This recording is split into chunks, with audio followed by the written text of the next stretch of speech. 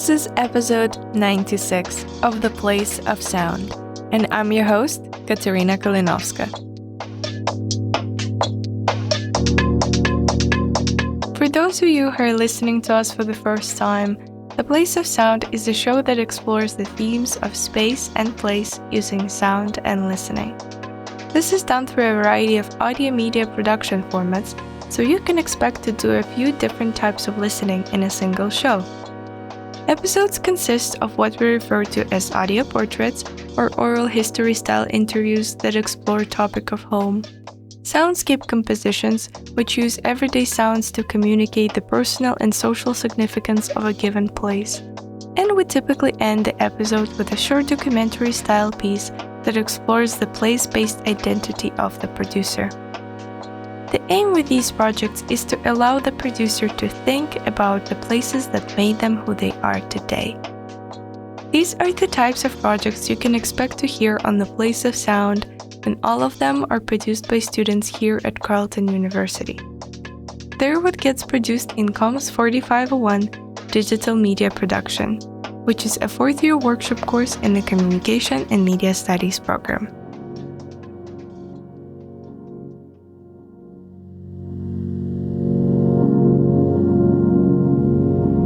Today's episode features three very different but beautifully connected stories about resilience, movement, and the meaning of home. First, we'll hear Finding Home Away from Home by Ava Konopliff, an intimate audio portrait of Ava's mother, Angie, who reflects on life as a new oncology parent after her 8-year-old son's cancer diagnosis.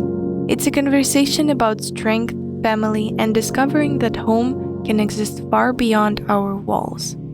Next comes Horne's Ferry by Avery Smith, a documentary that takes us across St. Lawrence River to one of the last remaining international ferries in North America. Through the voice of Avery's uncle Colin, we hear the story of this small but vital crossing and the family legacy that keeps it afloat. And we'll close with Making Waves on Slater Street by Nimi Oladipupo, a portrait of community tucked inside downtown Ottawa's Minto Place, where a swimming school has become much more than a business. It's a story of migration, care, and the quiet ways people shape the places they inhabit. Three pieces, three very different journeys, all asking what it means to build connection in the face of change. Let's begin with Finding Home Away from Home. Over to you, Ava. Hi everyone, my name is Ava Konopliff. I'm currently a fourth-year student at Carleton University studying Communication and Media Studies. In this audio portrait, listen as my mom, Angie Poirier, talks about navigating life as a new oncology parent after the cancer diagnosis of her 8-year-old son in April 2024. She recalls the last 9 months of being in and out of hospitals, relocated from Ottawa to Boston, and becoming a full-time caregiver. This dramatic shift in her life gave way to a new perspective on the importance of family and home beyond the four walls of a house. Thank you for listening, and I hope you enjoy. A cancer diagnosis is leveling for a home. Our 8-year-old son was diagnosed with cancer just a little under a year ago, and we were told at the time that it was going to be a year of treatment, some radiation time in Boston. We were going to have to relocate for 2 months. It's really hard for me to go back and think about that day because I think I'm still in a bit of shock and disbelief. It's not anything I ever imagined our family would go through. And for us to learn a whole new language, a whole new way of being inside hospital walls every day and all these treatments and all of these needs. And it's just become all consuming. Our axis spins all around his universe until the day that they tell us that he's better. For us to feel normal in a whole different country, living in a whole different space for 2 months meant finding a way to have the people that we loved the most come to us. So for us, practicality-wise, it meant renting an apartment. Everyone could sort of cycle and circle through and come and see us.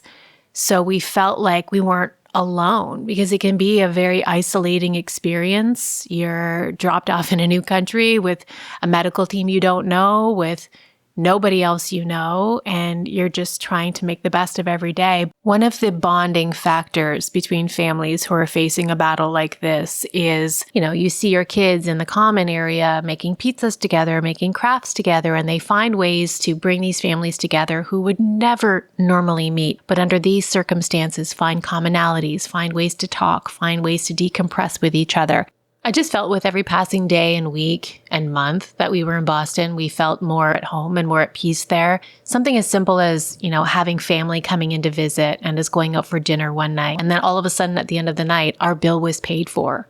And the owner of the restaurant coming over and just hugging us and saying, welcome to Boston. We're sorry for the reason that you're here, but we're here for you and we support you. And we just wanted this nice night for you and your family. We all left there in tears, but we just couldn't believe the kindness that you find along the way. Near the end, you've built a new home and you've built a new sort of routine. And so you quickly realize that wherever you set yourself up, it doesn't matter where it is, but as long as we're all together, everything that matters most is with our home.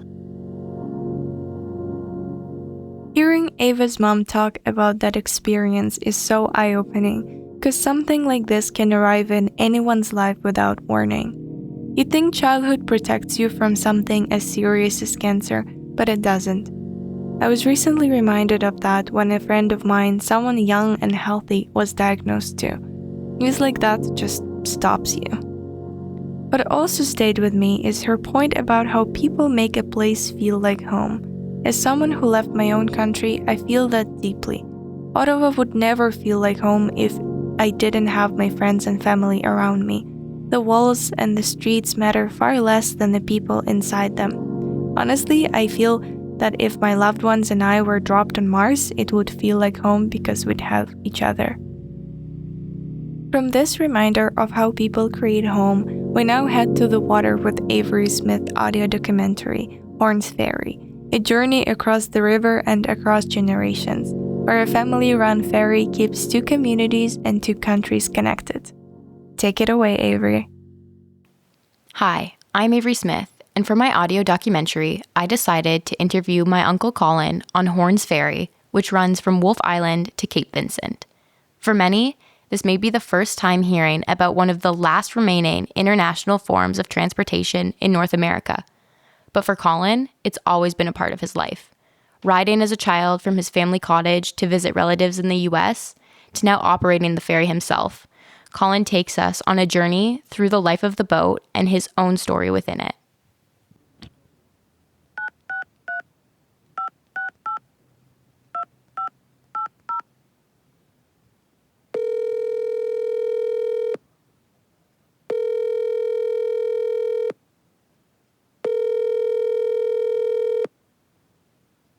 Hi there, you've reached Horne's Ferry. Today we are closing up for the 2024 season, today being October 15th.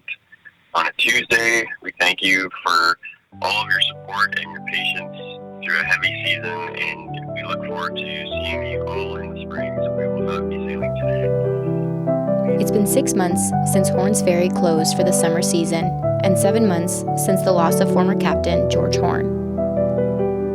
The past months have been a period of transition, with my Uncle Colin stepping in to continue the ferry's legacy. As the boat remains docked during the off-season, he continues to reflect on the history of international transportation and on his own life. So the ferry is named William Darrell after the two brothers who had it built, William Horne and Darrell Horne.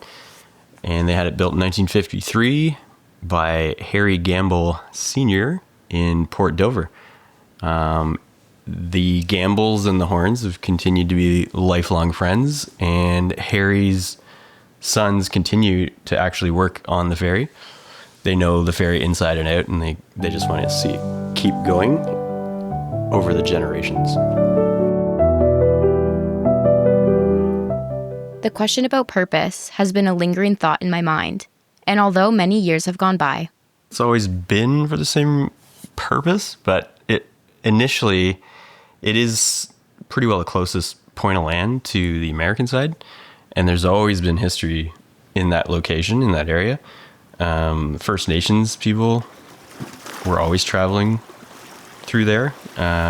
Across to Kingston basically is one of the, or I guess it's always been one of the main trading posts. So there's a historical significance over there. It was also kind of a lookout point for the French and then the English. And then when people started settling down, the Horne family took over the ferry business, and then it became sort of like an evolution of different vessels. And then this one we have now, the William Darrell, it was built in 1953. It's always been for passengers, vehicles. It's a 10-car ferry, single prop, Detroit 871 engine. Technically a roll-on, roll-off. So there's 2 ramps, side loader. It's just been a tourist crossing. It's been a destination for a lot of people for a lot of years. And over the generations, you see all the people coming back and using it.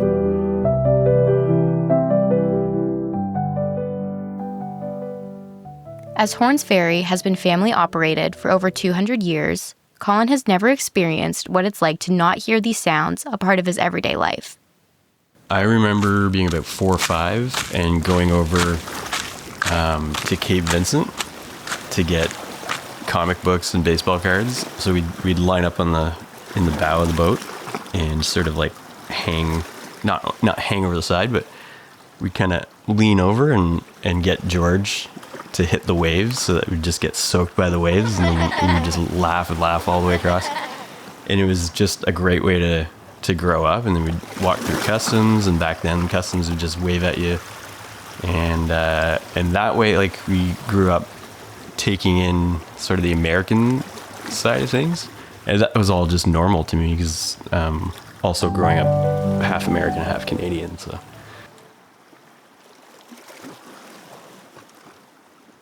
I was 15.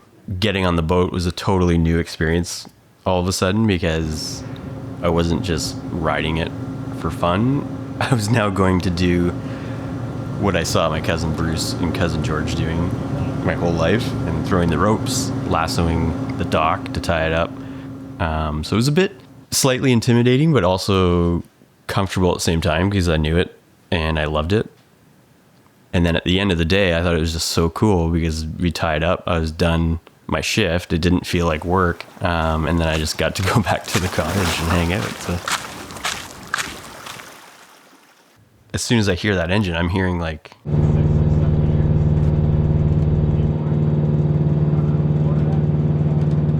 everything I've ever remembered. I remember certain times when there wasn't that sound because the ferry had to stop running for a bit. And it just felt really weird, like really weird.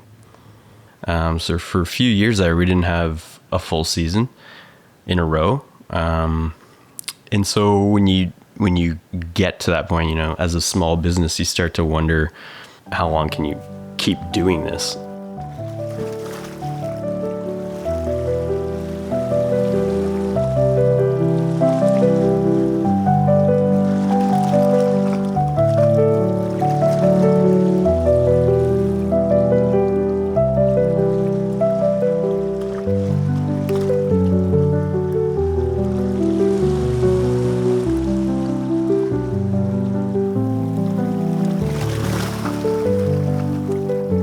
He reflects on the silence during COVID, and now, with the continuous disagreements between Canada and the US, he is hearing this silence yet again.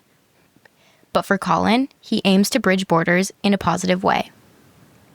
I see it remaining the same in its simple form. And I think that when people are traveling, they want simple. They don't want complicated. They want to go somewhere that's reliable, that's safe. If it's a small family business, you get that feeling and you kind of relate to it, I guess. Providing that tourist link between both countries, but also both countries, both local communities of Cape Vincent and Wolfe Island having sort of equal involvement in the ferry, whether it be through projects that link both sides of the river, anything from art projects to community-based projects, fundraising projects. One example might be a shuttle service that Horne's could provide on both sides to bring people to the ferry and link up businesses on each side of the border, and having the ferry be more of a conduit for both communities on each side. So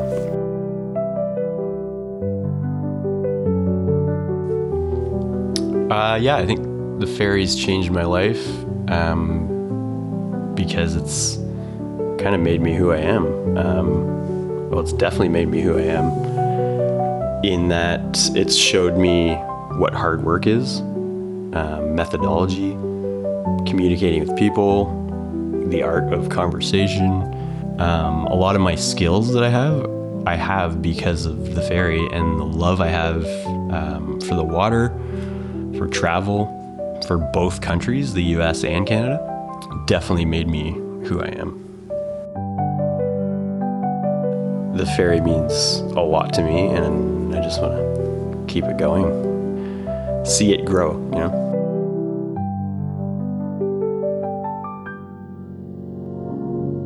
Colin's story is so inspiring. My mom has always said that if you can find a way to earn a living doing something you love, you'll never feel like you're working. And I think Colin is a proof of that.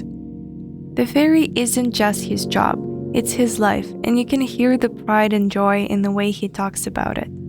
There's something powerful about turning a family tradition into both a livelihood and a community bridge across the water. From the steady rhythm of the ferry, we now move onto the energy of downtown Ottawa, with Nimi Oladipupo's audio documentary Making Waves on Slater Street, a look at how one woman transformed a simple pool into a vibrant hub of safety, culture, and connection. The mic is yours, Nimi. What does it mean to shape a place? Not with bricks or blueprints, but with presence, purpose, and care. At the corner of Kent and Slater, tucked inside Ottawa's Minto Place, there's more than just a pool.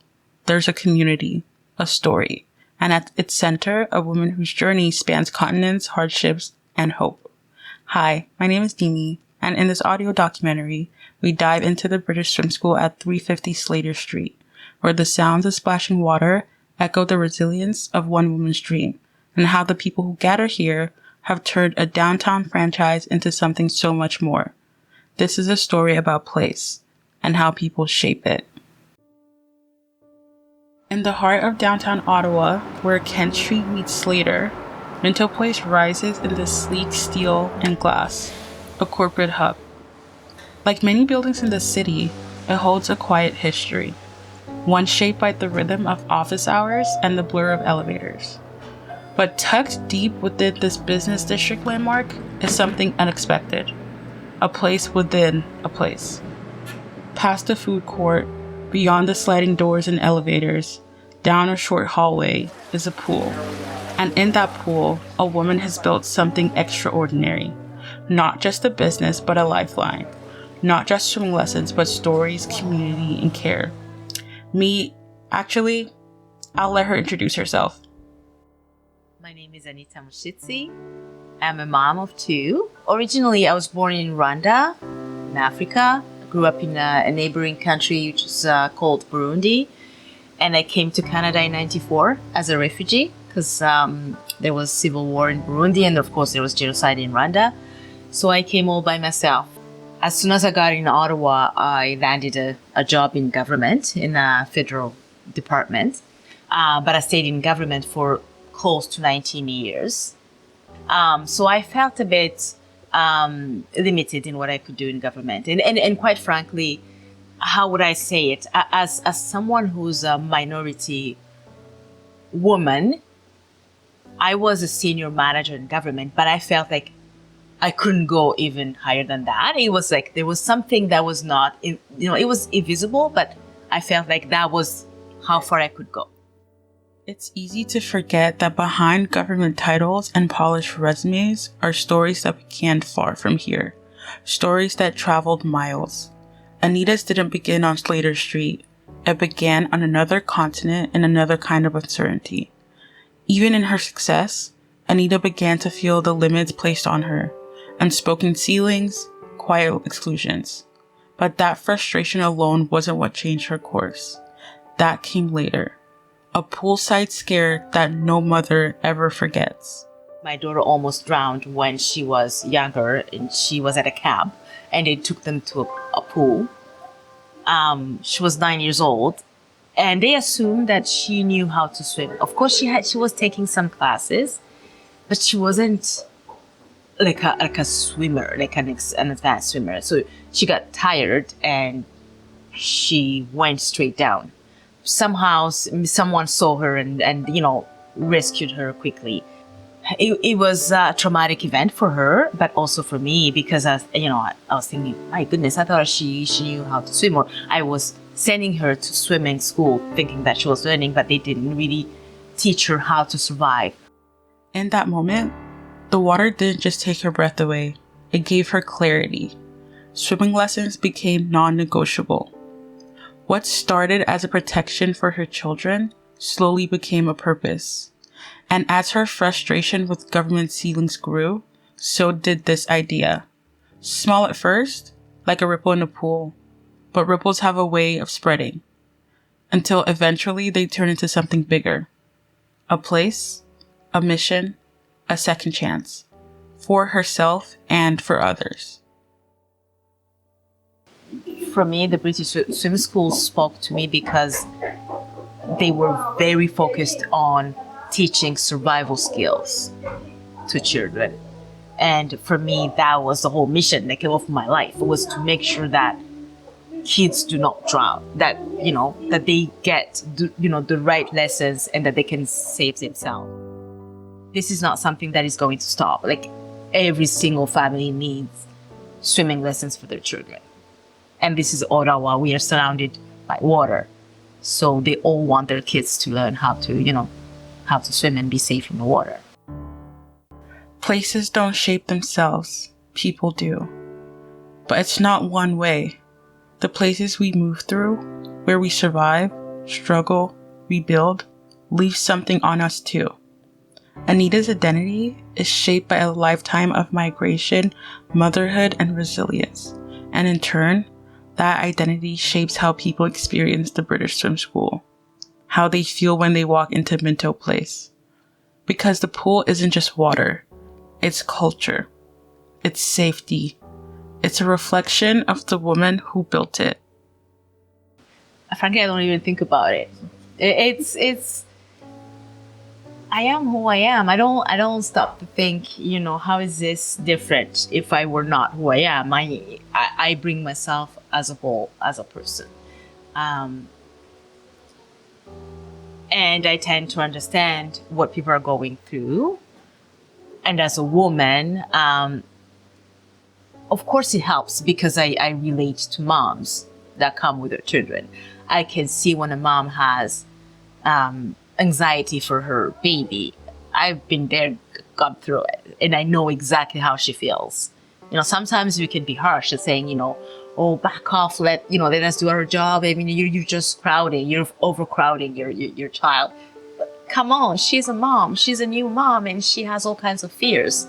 We have all kinds of, people with all kinds of backgrounds. We have, African descent families. We have Canadian-born Canadians. We have people from the Middle East. Like, you would not believe the many languages that are spoken around the pool deck. But I love that. And maybe that's part of my background. I've been into different regions. I've lived with different people with different backgrounds. This is where I feel the most comfortable. Being with different people and I love that. So, and I guess my school also reflects that. Community isn't always loud. Sometimes it's quiet conversations on the pool deck, warm greetings between parents who've seen each other every Saturday morning for years. Sometimes a place built for lessons becomes a space for connection. In the water, kids learn to float, but on land, something else rises too. A network of moms, dads, newcomers, friends. At the British Swim School, relationships form between swim sessions. And for many, the pool becomes a kind of meeting place, a familiar anchor in the current of daily life. It's actually a community itself. And it's funny because I have the parents are their friends, or some of them will meet here and will become friends. I've seen, like, for example, there's a community, they're Latinos on Friday evening. They all meet here. Some of them are sitting in the hallways and they're talking, and it's something. Places are more than buildings or addresses. They are living reflections of the people who moved through them. At 350 Slater Street, Anita didn't just build a business, she shaped a space. And in turn, that space is shaping the people who walk through its doors, one story and one swim at a time. There you go. Good work, buddy.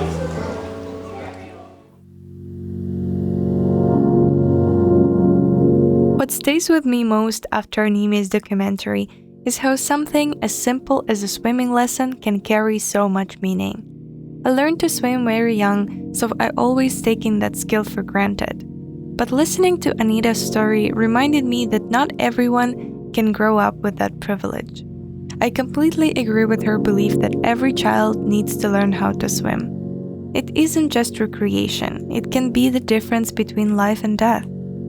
I love how she's built a space where safety, inclusion, and community all come together, and how the pool becomes a meeting place where anyone, no matter their background, can belong. And that brings us to the end of this episode of The Place of Sound. Huge thanks to Ava, Avery, and Nimi for sharing such powerful work. If today's episode sparked something in you, whether it's a memory, a sound, or a place you'd like to share, we'd love to hear from you. Visit theplaceofsound.ca or check the link in our Instagram bio to learn how to get involved. Submit your own piece or just follow along for future episodes. Until next time, keep listening to the spaces and people that make our world feel like home.